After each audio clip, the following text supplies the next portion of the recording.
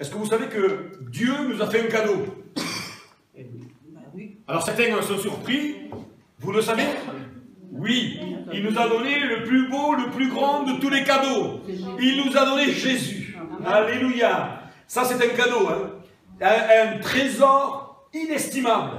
Plusieurs sur cette terre vont se battre pour un héritage ici-bas parce qu'ils ont été floués ou alors ils ont été abusés et on va se battre pour des choses qui finalement un jour vont périr.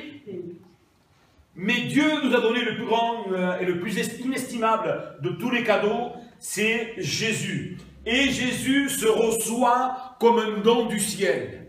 Jésus, c'est le don du ciel. Il a quitté le ciel de gloire, il est venu sur cette terre, alléluia, que son nom soit béni. On remerciera jamais assez le Seigneur pour, en fait, être venu sur cette terre pour se donner lui-même comme un cadeau. Et quand on regarde à la croix du Calvaire, quand on regarde le sacrifice de Jésus, et c'est là en fait le plus beau, le plus grand de tous les cadeaux, parce qu'il fallait que quelqu'un paye. Et Jésus a donné sa vie pour nous. Amen. J'aimerais voir avec vous ce soir Jésus au milieu. 3 points. Jésus au milieu. Voilà. 3 points. Et on va voir plusieurs points, plusieurs étapes ensemble, plusieurs thèmes. Quand Jésus était au milieu de certaines personnes, à certains moments, dans certaines situations, il y avait des choses extraordinaires qui se passaient. Amen. On va lire un verset d'introduction. C'est Luc 17, 20 à 21.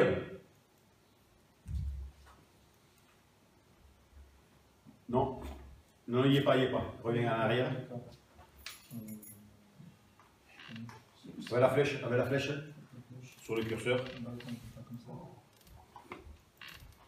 Voilà. Les pharisiens demandèrent à Jésus quand viendrait le royaume de Dieu. Il leur répondit, le royaume de Dieu ne vient pas de manière à frapper les regards. On ne dira point, il est ici ou il est là.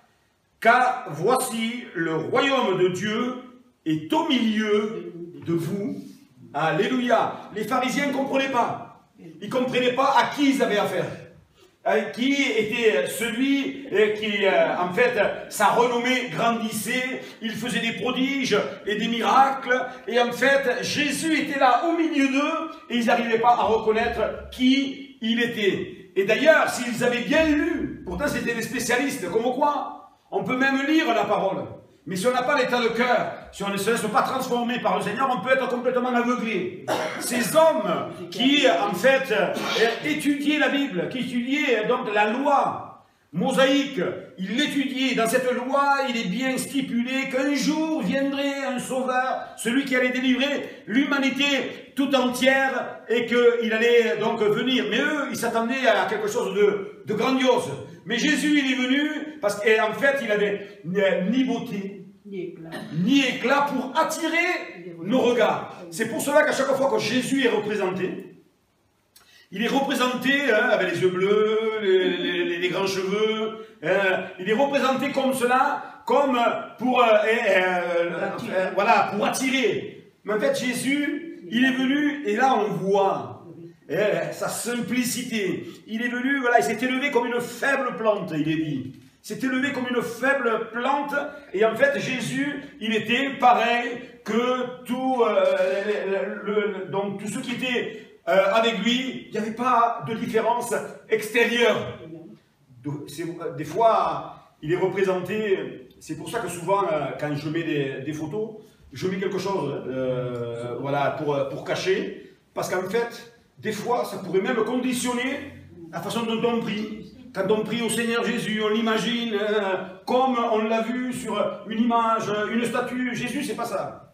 Jésus, c'est au-delà. Alléluia. Donc, ces pharisiens ne comprenaient pas qui était ce Jésus. Et pourtant, il était au milieu, il était avec eux. D'ailleurs, il va dire à un moment donné, plusieurs qui, eux, avaient l'intelligence ouverte. En fait, il leur a dit, plusieurs auraient voulu vivre et voir ce que vous vivez et ce que vous voyez. Et ils ne l'ont pas vu. Mais vous, en fait, moi, je suis au milieu de vous, et puis vous ne me reconnaissez pas. C'est terrible, hein, quand on est aveuglé. Et donc, ces hommes-là, à un moment donné, donc, on sait ce qui va se passer. Ils vont crucifier Jésus, ils vont essayer de trouver un moyen pour donc l'amener, le condamner. Même ils vont essayer de tromper les gens. Tu diras que il a dit ceci, il a dit cela. Alors que Jésus, partout il allait, dans les évangiles, il est dit que partout il allait, il faisait du bien. Il voyait un malheureux, quelqu'un qui avait des problèmes de vue, il le guérissait. Quelqu'un qui ne pouvait pas se déplacer, des problèmes aux jambes, il le guérissait. Alléluia. Quelqu'un, je pense toujours à ces deux cortèges. Jésus va rentrer dans Jéricho. Il rentre dans Jéricho. Et quand il rentre dans Jéricho, en fait, il y a un homme de petite taille. Vous vous rappelez de cette histoire, hein? Un homme de petite taille qui cherche à voir qui était Jésus. Déjà, voilà, déjà, il part avec quelque chose de bon. Il faut toujours savoir qui est Jésus. D'ailleurs, Jésus, à un moment donné, va dire, mais qui dit-on que je suis? Jésus s'inquiète de savoir ce que vous pensez, ce que nous pensons de lui. Et donc, cet homme, il essaie de voir Jésus, donc, et puis, il y a un stratagème, il réfléchit, il dit, mais Jésus, voilà, il est rentré par là, il faut qu'il aille de ce côté, donc je vais me placer là, et je vais voir, pour voir ce qu'il est en train de faire. Et là, entre guillemets, hein, comme par hasard, il s'arrête pile à l'endroit, au bon moment, et au bon endroit, Jésus se trouve là. Une chose est certaine, c'est que Jésus sera toujours au bon endroit, et au bon moment, il n'est jamais en retard. Et il ne se dépassera pas à côté. S'il y a un besoin, il viendra là où il y a le besoin. Et là, Jésus lève les yeux et il dit, Zachée, hâte-toi de descendre car il faut qu'aujourd'hui, je demeure dans ta maison. Alléluia, ça c'est le message pour l'humanité tout entière finalement. Jésus veut demeurer dans chaque cœur. On sait que la maison c'est le cœur. Jésus veut donc habiter dans les cœurs. Et donc, cet homme, Jésus, hein, publiquement, on va dire, cet homme, maintenant, c'est un fils d'Abraham parce que il s'est converti. Et la véritable preuve qu'il est converti, écoutez bien ce qu'il dit. Il dit, en fait, cet homme-là, il veut restituer au quadruple de tout ce qu'il a volé. Et là, en fait, il est en train de dire, eh bien, on voit que c'est une véritable conversion. Parce que même son porte-monnaie a été converti. Nous qui avons tellement de difficultés avec le porte-monnaie, je dis nous, hein, parce que c'est en France, hein, en fait. Mais en fait, lui, il est converti, il dit, mais ça, c'est pas bon, je vais le restituer au quadruple, avec un intérêt. Et donc cet homme, il est là, dans la joie, il devait y avoir de la joie dans ce cortège. Et pendant que Jésus dort, alors il sort de Jéricho, il y a un autre cortège qui arrive. C'est la veuve de Naïm, qui elle est en train de perdre, elle a perdu son fils unique. Terrible. Un cœur brisé. La frustration. C'est sûr la colère. Parce que déjà elle avait perdu son mari. Elle était veuve. Perdu son mari. Un drame. Elle perd son fils, son unique. Donc d'un côté il y a un cortège de joie et il y a un cortège de mort. Les deux vont se croiser. Et ce qui va remporter, alléluia, c'est la joie. Alléluia, Jésus, voyant cela, il va aller, il va toucher, donc le mort. Ça ne se faisait pas à l'époque. Hein. Et même dans la parole de Dieu, c'était malédiction de toucher un mort. Parce qu'après, on devenait impur. Mais Jésus, qui est le Fils de Dieu, il va toucher et il va se lever. Est-ce qu'on imagine la scène? Est-ce qu'on imagine la scène? Alors, d'un cortège où il y avait la tristesse et l'autre la joie, les deux, il va y avoir les deux cortèges de joie. Alléluia. Et ça, c'est le royaume de Dieu. Amen. Que Dieu soit béni. Vous accélérez parce que c'est juste l'introduction. Alors, Jésus au milieu. Tout ça pour vous dire que quand Jésus, il est au milieu, il se passe toujours quelque chose. On l'a vécu tout à l'heure dans les chants. Il était là. Enfin, il est là, hein, parce qu'on ne parle pas au futur.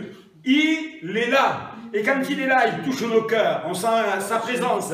Et puis, qu'on sente sa présence, qu'on ne la sente pas, par la foi, il est là. On va le voir un peu plus loin. Amen. Jésus au milieu des docteurs. Premier. Jésus au milieu des docteurs pour leur donner de l'instruction. Et on a besoin, chacun d'entre nous, d'être instruit. Il n'y a que l'évangile de Luc qui nous parle de cette période, avant que le ministère de Jésus commence. Il a commencé à l'âge de 30 ans, où en fait il allait partout, il opérait des miracles. Mais là, juste à l'âge de 12 ans, en fait, à un moment donné, donc ses parents terrestres vont aller à Jérusalem pour la fête de Pâques, et puis au retour, ils le cherchent partout, ils ne le trouvent pas. Alors ils demandent à droite et à gauche, ils ne trouvent pas Jésus. À ce moment, il faut faire attention de perdre Jésus dans nos vies. Vérifions que Jésus est toujours là. Parce que des fois, on peut marcher. D'ailleurs, c'est le propre de la brebis. La brebis, tout simplement, en broutant, elle est capable de se perdre. De temps en temps, il faut lever la tête. Est-ce que Jésus est là? Eh oui. Et en fait, on demande au Seigneur, Seigneur, sonde mon cœur, sonde ma vie, regarde si je suis sur une mauvaise voie. Amen. Et donc, ils ont perdu Jésus. Et en fait, après, ils vont le retrouver. Où est Jésus? Jésus se retrouve au temple, il est avec les docteurs de la loi, au bout de 3 jours. Rendez-vous compte, un jour pour revenir, et il le cherche. Au bout de 3 jours, ils le trouvèrent dans le temple, assis, au milieu des docteurs, les écoutant et les interrogeant. Nous, quand on lit ça, on se dit, bon, c'est un petit enfant assis. Il faut savoir qu'à l'époque, les rabbins, donc les docteurs, quand il y avait quelqu'un qui était réputé ou qui avait de la connaissance, on le faisait asseoir et il enseignait. Jésus, assis au milieu d'eux, il est en train d'enseigner les docteurs à l'âge de 12 ans. Et moi, j'imagine la scène, je dis, Seigneur, ça devait être quelque chose de merveilleux. Hein. À 12 ans, instruire ces hommes qui connaissaient par cœur le Pentateuque, les 5 livres, les 5 premiers livres de la loi, ils connaissaient. Il fallait qu'ils les apprennent par cœur. C'était la loi, c'était en fait leur, entre guillemets, leur boulot. Hein. Puis Jésus, il va les instruire. Et eux, je ne l'ai pas mis dans le verset, mais en fait, ils vont être impressionnés par ce jeune garçon qui est là, qui est au milieu, en train de les instruire. Amen. Et le Seigneur, il le fait pour chacun d'entre nous. Il nous instruit. Amen. Recevez mes instructions. Et il va dire, Jésus dans le temple, donc à 12 ans, tous ont été impressionnés. Regardez ce que dit Matthieu 11, 28. 29 plutôt. Quand il est dit, venez à moi, vous tous qui êtes fatigués et chargés, je vous donnerai du repos. Ça c'est le Matthieu 11, 28. Matthieu 11, 29, il dit, prenez mon joug sur vous et recevez mes instructions. Donc ici nous voyons que pour être instruits, nous sommes dans un joug, et dans ce joug, vous savez ce que c'est, hein, c'est une espèce de collier, là où on mettait les animaux, on mettait le cou, et donc c'est une belle image, parce qu'en fait ça nous montre que quand je suis là, je mène ma vie, il faut que de l'autre côté du joug, il y ait Jésus. Prenez mon joug. Et Jésus veut marcher à côté de nous. Et des fois, on met d'autres choses à la place du joug. Plein de choses. Mais le Seigneur, c'est pour ça que je le disais, il faut vérifier si Jésus, il est près de nous. Parce que nous sommes, qu'on le veuille, qu'on ne le veuille pas, de nature rebelle. On a de la facilité à se rebeller, remarquez-le, contre tout et n'importe quoi. C'est à nous, ça. Mais recevoir les instructions. Recevoir une instruction, ça me rappelle quand j'étais à l'école. Alors s'il y a bien quelque chose que je n'aimais pas, c'était l'école. Eh oui, hein, j'aime pas. Et pourtant, si on veut être instruit, il faut apprendre. Eh oui, hein, et comme le dit notre sœur, nous sommes à l'école de Dieu et on doit recevoir ses instructions. Et ces instructions, on l'a vu, hein, le fardeau, il n'est pas pesant. Hein, le joug, il n'est pas pesant. C'est un joug qui est léger. Parce qu'en fait, vous savez pourquoi? C'est lui qui porte tout le poids.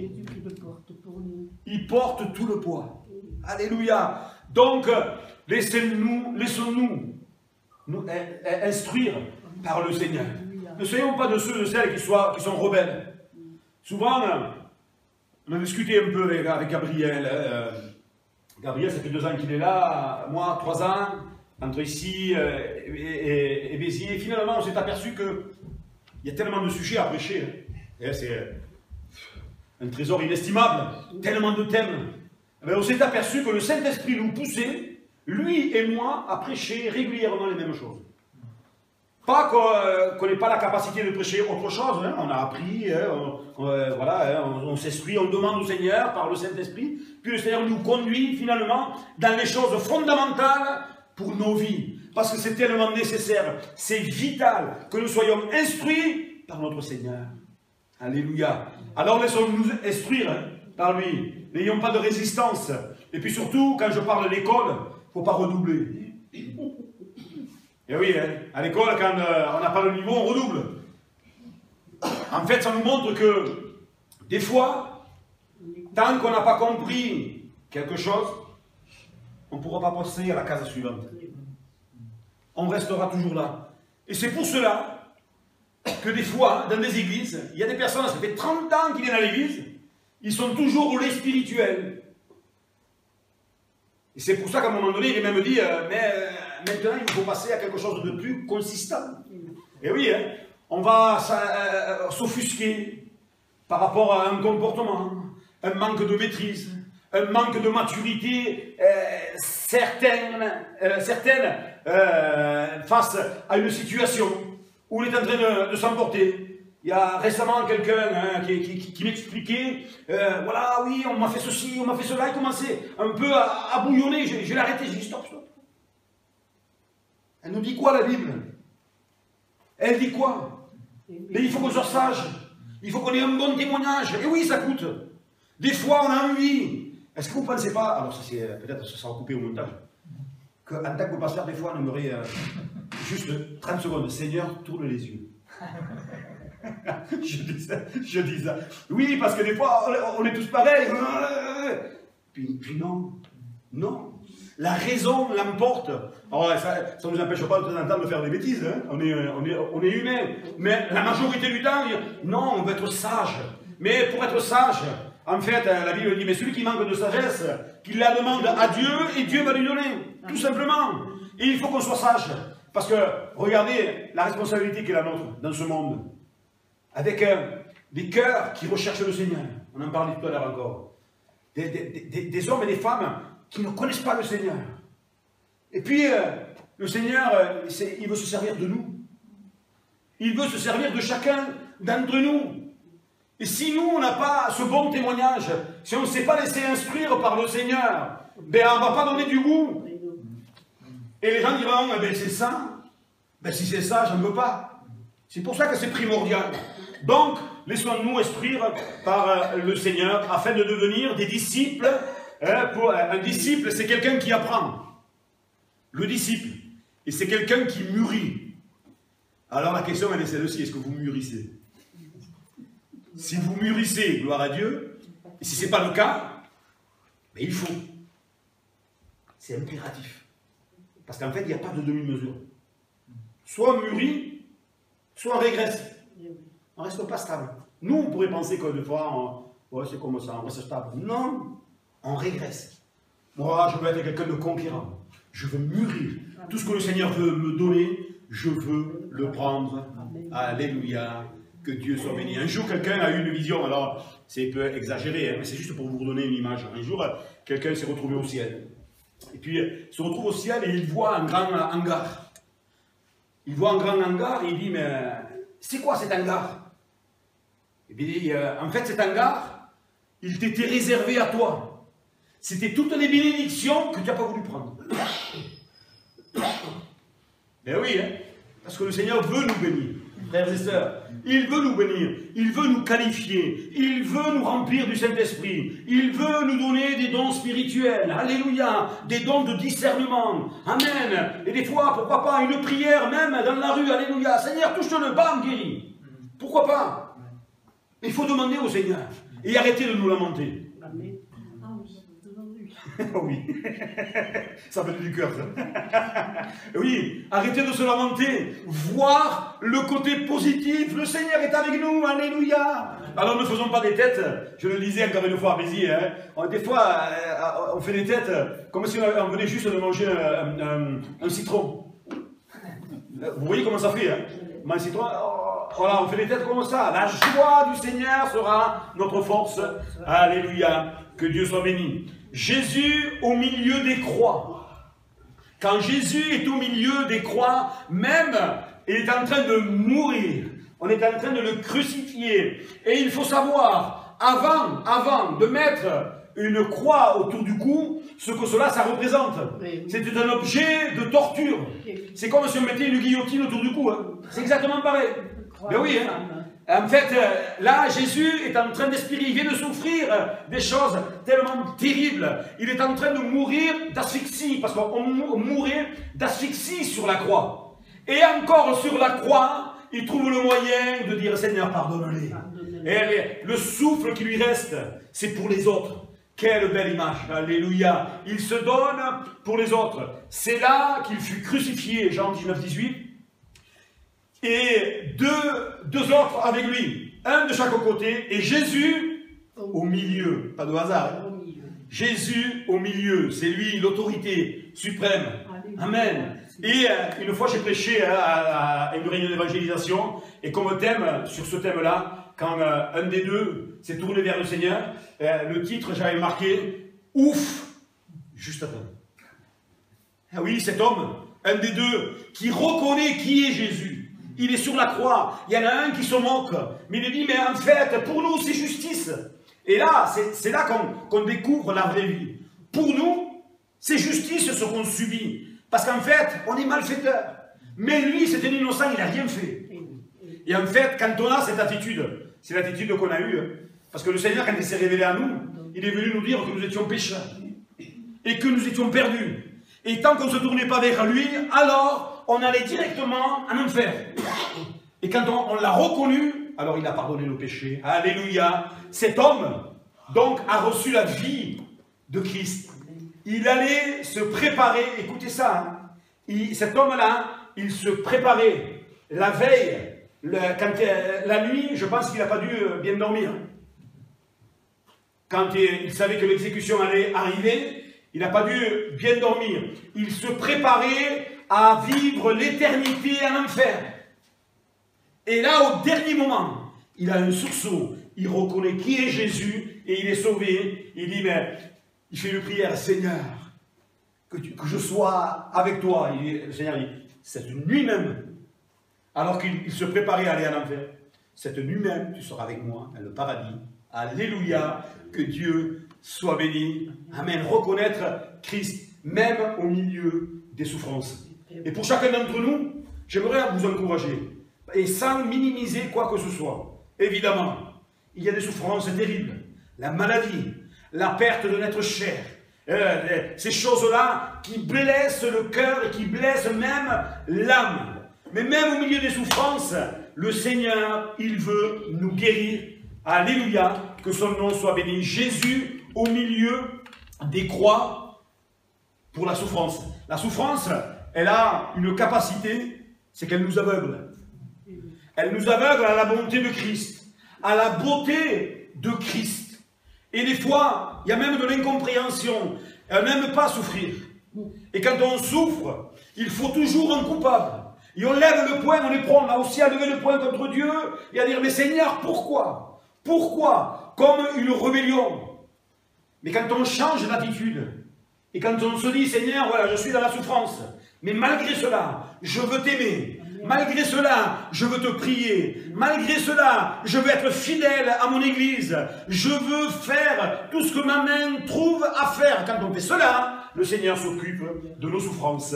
Parce qu'il nous l'a promis. Et le Seigneur n'est pas un homme pour mentir. Alléluia. Donc Jésus en plein milieu de la croix. Amen. Au milieu des souffrances. Amen. Jésus au milieu des disciples. Pour leur ramener la consolation. La consolation. Alléluia. Jean 20, verset 19. Le soir de ce jour, qui était le premier, de la semaine, les portes du lieu où se trouvaient les disciples étaient fermées, à cause de la crainte qu'ils avaient des Juifs. Jésus vint, il se présenta au milieu d'eux et leur dit, la paix soit avec vous. Alléluia, que Dieu soit béni. Quand, là, c'est en fait juste après la résurrection, ils sont apeurés. Les disciples sont apeurés. Parce que, finalement, est-ce que ça vous est sûrement arrivé, hein, ça m'est déjà arrivé, d'avoir une échéance et de se dire, non, ça arrivera. Je ne pense pas que ça arrive. Et on continue à marcher comme ça. Hein. Jésus avait averti ses disciples en leur disant, je vais m'en aller, je vais aller à Jérusalem, on va me crucifier. Alors il semblerait qu'ils aient été un peu surpris, ils ont manqué de courage, ils ont fui, ils ont laissé Jésus, mais c'était une prophétie qui s'accomplissait, hein, parce qu'il est dit, je frapperai le pasteur et les brebis se disperseront. Et oui, il est resté pour être seul, il est resté tout seul, tous l'ont abandonné. Et donc, ces hommes-là, ils ont peur pour leur vie. On se met un peu à leur place, hein, du point de vue humain. On se dit, mais finalement, voilà, si publiquement, ils se prononcent pour Jésus, ils vont mourir. Ils vont subir ce que Jésus a subi. Et pourtant, Jésus, alors qu'il ressuscite, il vient et il vient les consoler. Et il va leur dire, la paix soit avec vous. Shalom. C'est ça la paix. Hein. La paix soit avec vous. Dites-moi, quand il y a des tempêtes dans nos vies, quand il y a des situations terribles, comme je le disais tout à l'heure, quand au milieu de la tempête, on reçoit la paix qui dépasse toute intelligence, cette paix qui nous fait qu'on est tranquille, malgré si à l'extérieur ça se détériore. Même s'il y a des éléments qui se jettent contre nous, on est submergé par les soucis, par les tracas. Mais au fond, il y a une foi qui nous fait garder, être près du Seigneur. Alléluia. Et c'est la paix de Dieu. Moi, je veux dire, Seigneur, je veux ta paix. Et la paix que tu m'as donnée, cette paix, je veux la garder. Mardi soir, Gabriel a prêché justement sur la paix. Et voilà, la paix que Dieu donne. Je veux la garder, Seigneur. Aide-moi à avoir cette paix. Et, parce que, oui, on n'est pas... en fait, on est criblé. En fait. On est criblé. Parce que l'ennemi, il a juré notre perte. Et oui, souvent quand on donne notre vie au Seigneur, on l'a tous expérimenté. Quand on donne notre vie au Seigneur, il semblerait qu'il y ait un temps où que ça aille à peu près, et puis il nous arrive que des catastrophes. Ça vous est déjà arrivé? Oui. Ben oui, parce que l'ennemi essaie de nous déstabiliser dans notre jeune foi. Mais si on est près du Seigneur, si on est dans sa main, alors on ne craint rien, alléluia, parce qu'il n'y a personne qui peut ravir qui que ce soit de la main de notre Seigneur. Personne qui a le courage même de se lever. Même l'ennemi ne peut rien tant qu'on est dans la main du Seigneur. Alléluia. Soyons consolés, frères et sœurs. Soyons consolés de nos blessures. On en a tous des blessures. Mais le Seigneur veut nous consoler. Tout à l'heure, pendant ces chants, on sentait la présence de Dieu, le Seigneur qui est là, parce qu'il veut nous consoler. D'ailleurs, des paroles ont été dites avec la consolation. À un moment donné, il faut qu'on capitule devant le Seigneur et se laisser guérir. Que veux-tu que je te fasse? C'est la question que nous posera toujours Jésus. Qu'est-ce que tu veux que je te fasse? Parce qu'en fait, il faut qu'il y ait un cri qui sorte du cœur. Seigneur, j'en peux plus de vivre avec cette situation. Seigneur, viens me consoler de mes blessures. Alléluia. Et quand on fait cette demande, le Seigneur, il va venir parce qu'il ne se plaît pas de nous voir souffrir. Il ne se plaît pas. Et le Seigneur, donc, il nous amène la consolation, que son nom soit béni. Jésus au milieu de l'assemblée pour le rassemblement. Car là où 2 ou 3 sont assemblés en son nom, je suis au milieu de nous, de vous. Donc, je sais que Bertrand, il est convaincu que le Seigneur est là. On est réunis en son nom. Philippe aussi, hein, vous aussi. Alors, le Seigneur est au milieu de nous. Amen. Il est là. Amen. Et quand il est là, ça change tout. Amen. Sa présence, elle rassure. Sa présence nous fait du bien. Sa présence, même nous garde. On ne craint pas. Je parlais de paix tout à l'heure. Eh oui. Regardez que le nombre, il est mentionné. Quel nombre? 2 ou 3. Est-ce que ça veut dire que quand je suis tout seul, le Seigneur n'est pas là? Heureusement que non, hein? Évidemment. 2 ou 3. Ici, ça peut nous parler de Marie, d'un mari et d'une femme. 2 ou 3. Quand il y en a 2, un couple pour le Seigneur. Alléluia. Que Dieu soit béni. Et s'il y a des situations qui sont compliquées, le Seigneur est capable de faire au-delà de ce que l'on peut penser ou imaginer ou rêver. On peut rêver certaines situations. Dire, Seigneur, mon conjoint, mon épouse, mon beau-fils, mon fils, je ne sais pas. Seigneur, touche son cœur, touche son foyer, parce que l'ennemi fait des ravages aussi dans les foyers.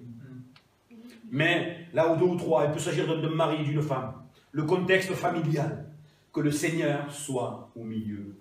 Alléluia. Là où il y a 2 ou 3 croyants, c'est dans un contexte de culte. Alléluia, merci Seigneur. C'est-à-dire que, en fait, si on est tout seul, oui, on peut être dans la présence de Dieu. Mais quand on est ensemble, alléluia, à partir de là, on forme l'Église. Il y a une force. Alléluia, l'Église de Christ, les pierres vivantes, à partir de 2 ou 3. Merci Seigneur. C'est pour cela que ça ne dépend pas du nombre, la présence de Dieu. Dimanche après-midi, il faut que je vous avoue, je lui ai avoué à Gabriel. En fait, à 15h27, c'était la dernière réunion d'évangélisation du dimanche après-midi de l'année, parce que juillet-août, il n'y en a pas, ça reprend en septembre. J'ai pris nos photos de l'église, on devait être, je ne sais pas, une quinzaine. Et c'était triste. Alors j'ai pris la photo, j'ai envoyé la photo. Et dans les 3 minutes qui ont suivi, il y a peut-être une vingtaine de personnes, 20, 25, qui sont venues dans les 3 minutes. Bon, ça c'est les chrétiens. Les chrétiens, ils arrivent tout le temps. Hein. Donc, ça c'est bon. Si on vient en avance, attention, on sera trop béni. Donc, on vient un peu juste... non, je blague. Alors, des personnes sont venues, donc en tout, on était une quarantaine de personnes. Je vous assure que le Seigneur était là. On a passé une après-midi, mais vraiment, on s'est fait du bien. Alléluia, le Seigneur était au milieu de nous. Alors, il y a eu les chants, il y a eu deux témoignages qui ont beaucoup apporté. 2 frères là qui se sont levés spontanément, ils ont voulu témoigner. Alléluia, ça touchait les cœurs. Après, certains me disaient, de loin, ils voulaient tous témoigner. Alors, je leur ai dit, bon, excusez-moi, ça sera pour une prochaine fois, parce qu'en fait, il y avait les enfants ils avaient club. C'était pour ne pas les garder jusqu'à 17h30 dans cette salle à Béziers. Ouais, il fait chaud dans les salles. C'était dans ce sens-là. Mais tout ça pour vous dire que ça n'a rien à voir avec le nombre. On l'a expérimenté. Des fois, on s'est retrouvés à 2 dans un moment de prière, ou 5, 6, des fois 3, 4 les mardis. On s'est fait du bien. Amen. Parce que le Seigneur, il est au milieu de nous lorsque nous sommes rassemblés. Amen. Jésus au milieu des églises. Ça, on le retrouve dans l'Apocalypse. Vous savez que Jésus va parler à plusieurs églises. Vous savez combien il y a d'églises? 7. Voilà. Vous les avez là. Toutes les églises. Pergame, Thyatire, Sardes, Philadelphie, Smyrne, Éphèse, Laodicée. Voilà, ça c'est les églises. Et Jésus va, en fait, se présenter au milieu et il a un message pour chaque église. Un message. À une église, on va dire qu'elle a perdu le feu du premier amour, terrible. Et oui, hein. D'autres ont laissé rentrer des sectes, d'autres ont laissé rentrer des pensées, des choses pernicieuses qui ne sont pas dans la parole de Dieu, dans l'église. D'autres, écoutez ça, Apocalypse 3, 20. Jésus dit, écoutez, hein, Jésus dit, je frappe à la porte. Si quelqu'un m'entend, et s'il ouvre, je viendrai, je souperai avec lui. Souvent, on prend ce verset pour de l'évangélisation. Quand on dit aux gens, venez au Seigneur, il frappe à la porte de notre cœur. Mais en fait, il parle à l'église. Ceux qui sous-entendent qu'ils avaient mis dehors Jésus de l'église. Ils avaient mis dehors Jésus. de l'église, que lui, il avait dit, c'est mon église, c'est moi qui bâtirai mon église. Et on s'aperçoit, hein, Internet et autres, on voit que Jésus n'est plus là. Il y a un semblant, il y a les mêmes chants, il y a les mêmes prédications, mais il manque une chose, il n'y a pas d'esprit. Et s'il n'y a pas d'esprit, l'église, cette église-là, elle ne tiendra pas. Elle va s'écrouler. Et oui. Donc Jésus au milieu des églises, parce qu'il va y avoir un jugement. Et nous sommes tous responsables de veiller à notre vie. Est-ce qu'on accomplit tout ce que le Seigneur nous appelle à accomplir? On a tous reçu. Certains ont reçu 5 talents. Moi je les bénis, parce qu'ils ont la capacité. Au lieu d'être jaloux. Et Seigneur, merci pour ceux qui ont 5 talents, parce qu'ils vont bénir. Il y en a qui en ont reçu 3. Merci Seigneur. Il y en a qui ont reçu 1. Vous savez la parabole, ils vont le prendre, ils vont l'enterrer, ils trouvent que c'est pas assez. Nous avons tous reçu de la part du Seigneur. Et tout ce qu'on a reçu, quand on va se retrouver devant le Seigneur, il va nous demander des comptes. Qu'est-ce que tu en as fait? Qu'est-ce que tu as fait de ce que je t'ai donné? Le Seigneur nous a donné tout ce qu'il avait de plus précieux, sa vie. Il vit en nous. Il faut rentabiliser cette vie. Alléluia. Grandir. Afin que le monde soit touché. Alléluia. S'il y a ce fardeau dans nos cœurs. Alléluia. De plaire à Dieu. D'être à son service. Est-ce que vous savez qu'il n'y a pas de chômage dans le Seigneur? Ça n'existe pas, hein, pour l'emploi. On doit être tous au service. Alors certes, je le conçois, qu'avec un certain âge, on ne peut pas faire des choses qu'on faisait quand on avait 20 ans, 30 ans, 35 ans, mais on est quand même utile. Et j'aimerais m'adresser à nos sœurs âgées. Parce que des fois, on aurait tendance à croire que ça y est, c'est terminé. J'ai fait mon temps, je l'ai entendu ça.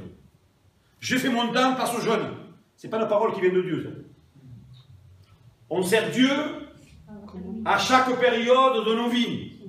Quand on voit un homme comme Caleb, vous vous en rappelez, hein, de cet homme qui va venir, va demander son héritage, Enoch, qui va demander aussi les choses qui lui appartenaient, mais malgré l'âge avancé, ils tiennent debout. Alléluia!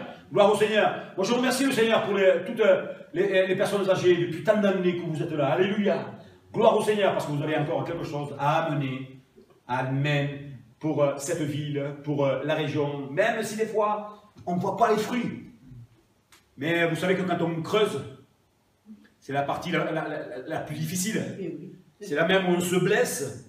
À force de creuser, quand le sol est dur, c'est pas évident. Mais ça, c'est la mentalité du royaume. Je creuse, peut-être que quelqu'un d'autre, sûrement même, va venir planter. Va venir, lui, sa responsabilité, ça sera de mettre la graine. Et un autre, ça sera la meilleure des places, sans rien faire, il va venir, il va récolter. Parce que le travail aura été fait. Vous comprenez l'image? Mais c'est ce que le Seigneur attend de chacun d'entre nous. Que nous soyons de ceux, de celles qui apportent. Alléluia. Gloire au Seigneur. Jésus au milieu de la gloire. C'est la louange. Hébreux 2,12. Lorsqu'il est dit, j'annoncerai ton nom à mes frères. Je te célébrerai au milieu de l'assemblée. Alors ça, encore une fois, dimanche, alors j'ai fait sourire toute l'assemblée de Béziers. Parce que, en fait, pendant la louange, il y avait donc les 3 petites de Gabriel, avec 2 autres petits qui étaient là, on faisait les chants, et il y avait une chorégraphie.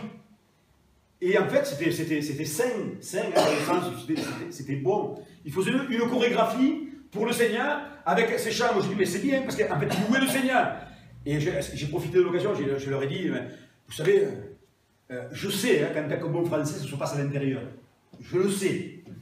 Mais des fois, il faut faire voir à l'extérieur aussi. Hein. S'il y a la joie, alléluia, il faut que ça puisse se voir. Et de temps en temps, qu'on puisse glorifier le Seigneur, même en tapant des mains, alléluia, en glorifiant le Seigneur, qu'il y ait de la joie, même si ce n'est pas dans nos habitudes. Et oui, parce que le Seigneur, il veut nous sortir de nos habitudes. Et je leur ai dit que des fois, faire bouger des Français, c'est comme bouger une vieille armoire. Des fois, c'est pas évident. Hein? C'est pas évident. Mais, voilà, soyons fervents dans la louange. Et le dernier, Jésus au milieu du trône.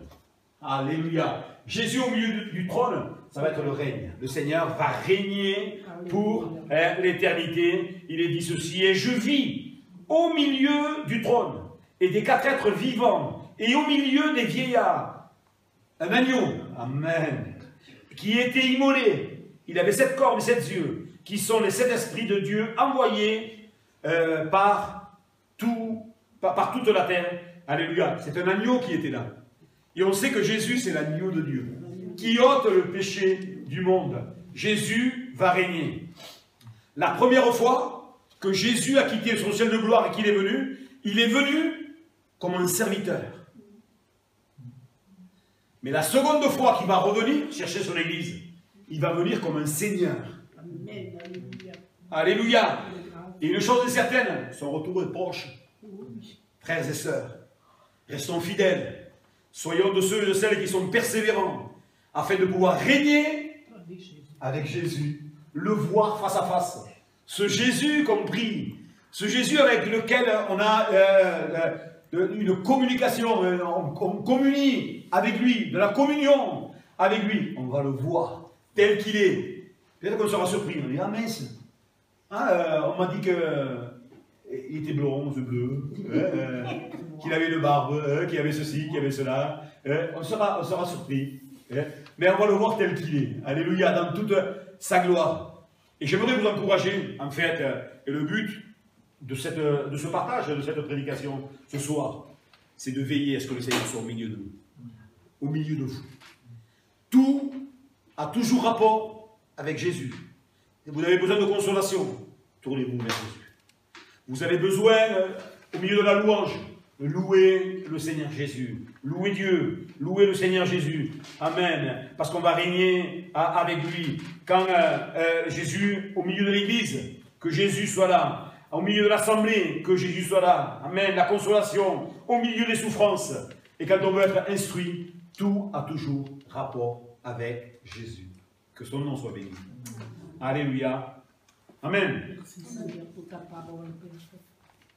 Alléluia. Nous te bénissons, Seigneur. Merci encore pour ta parole ce soir, Seigneur. Cette parole qui nous fait tellement de bien. Oui, tu es là, Seigneur. Seigneur, et quand tu es là, Seigneur, tu viens pour nous